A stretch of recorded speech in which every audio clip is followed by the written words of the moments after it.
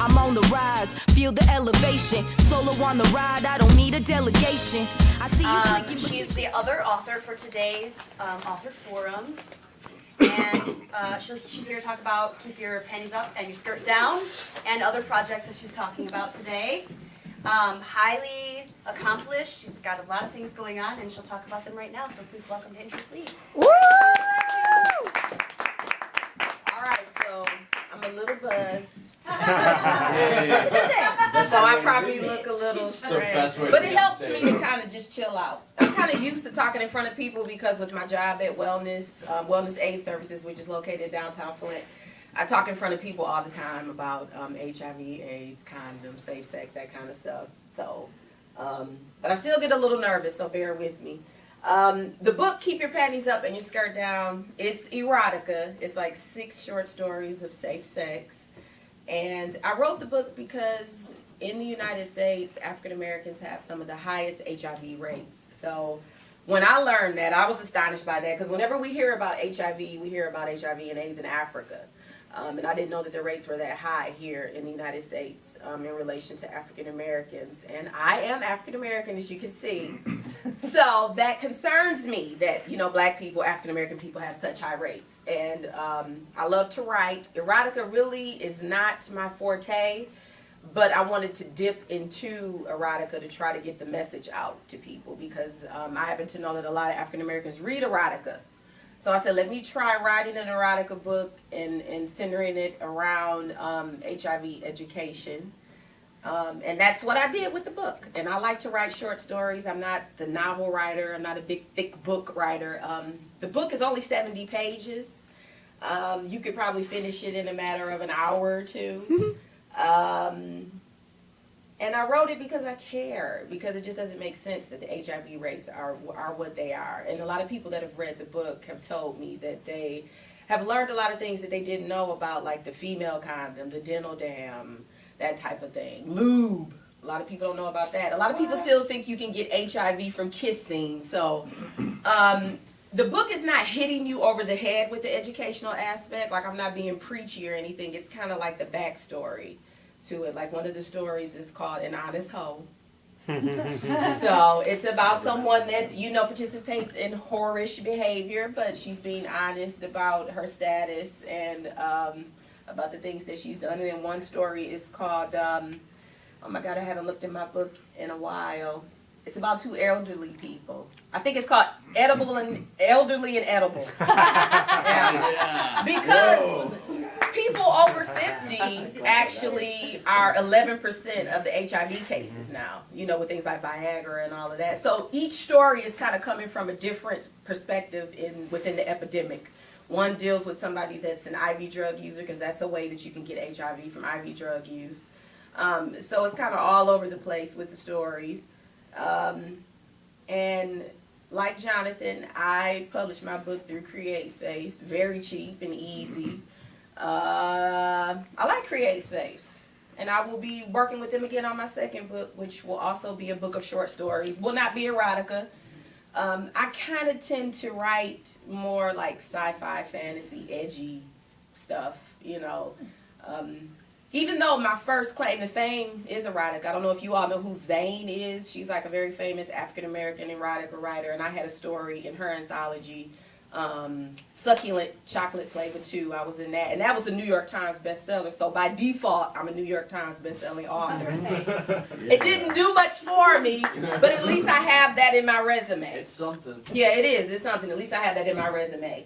So that's kind of like my claim to fame. But I don't want to be known as an erotica writer because it's not really what I love to do. Now, of course, anything that I write will probably have sexual things going on in it because in life there is sex.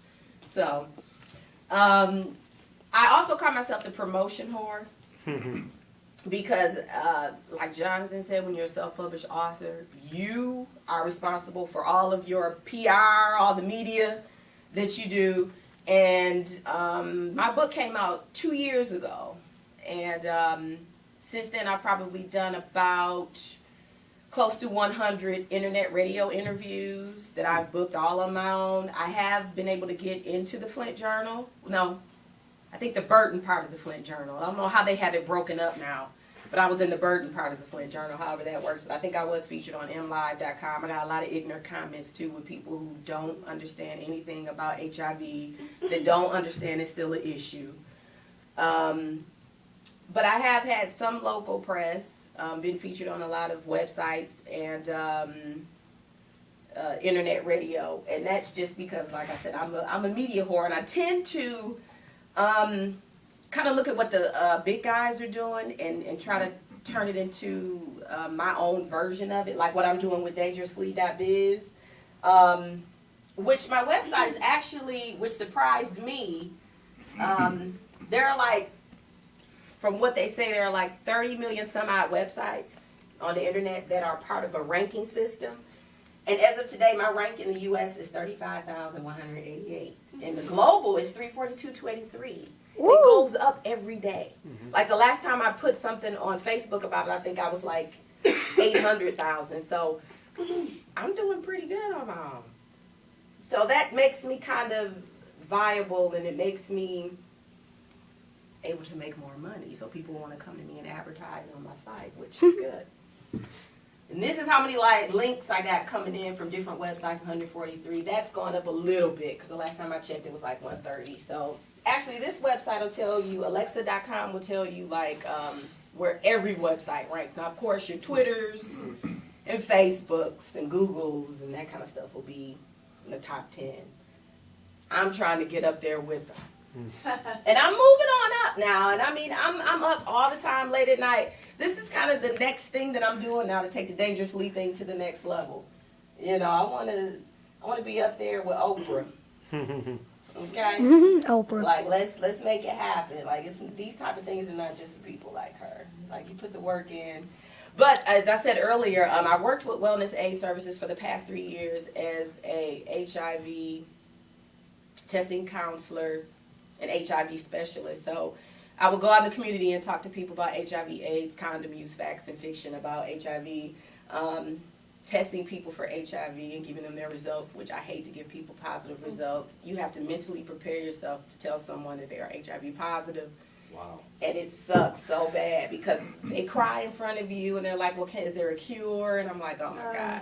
So and I loved working at Wellness, but I feel like I had reached my peak there. And I still work with them on a contractual basis, but December 29th, 2011 was my last day.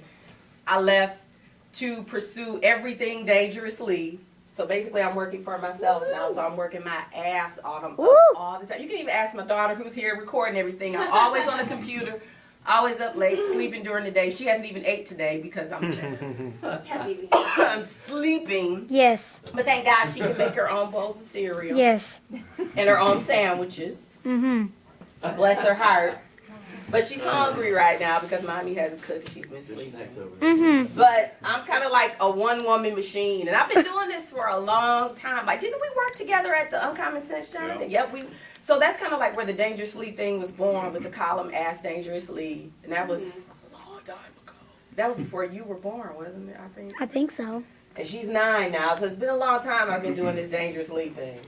But I have what's coming up called the Dangerously Experiment, and I'm waiting on a couple of logos and the final video promo to kick everything off. But this is my website, and there's tons of content here, tons of stuff. So if you go to dangerously.biz, there's all kind of stuff here. I don't want to bore you with this, especially since it's not like full screen or anything like that. But my website is creating the buzz. It's growing. Every day it's going up on that Alexa list of, top sites. So I expect within the next couple of months to be within the top 1,000 sites. I'm going to make sure that it gets there. And then when the Dangerously Experiment kicks off, there's going to be an opportunity for everybody that does anything to get involved with the project. I'm looking to collaborate with everybody on anything. Please get with me. Let's make art, let's make money, let's make history, let's stop being this 99% that are, struggling. It's time for us to make money from our art, and I've already done a lot of the work, and I'm going to keep doing a lot of the work to make sure that we get to the top, because it's time for some of the underdogs to make it happen. You're here. Right on. to make it happen. So I'm doing what needs to be done. Like I said, I'm waiting on my friend John Benjamin of Anarchy Productions. He's working on the video promo for the Dangerously Experiment. And when I get that done, I'll be able to kick it off. Because right now, no moolah is coming in. I mean, I do make some money from blogging. Not a lot. There are some blogs that'll pay you $10, $15. Some that'll even pay you $5 to basically, you know, write a blog about their company, that type of thing. And it works for me. I'll take it. You know. But yeah, that's kind of me in a nutshell. But just, and then too, if you subscribe to the website, you get a free ebook copy of Keep Your Panties Up and Your Skirt Down. I personally hate ebooks. I like to have a book in hand. I like to look at the cover and turn the pages and smell the book too. So, but some people like ebooks. People love them. But it's also available on Kindle through CreateSpace. You can get it on BarnesandNoble.com, Amazon.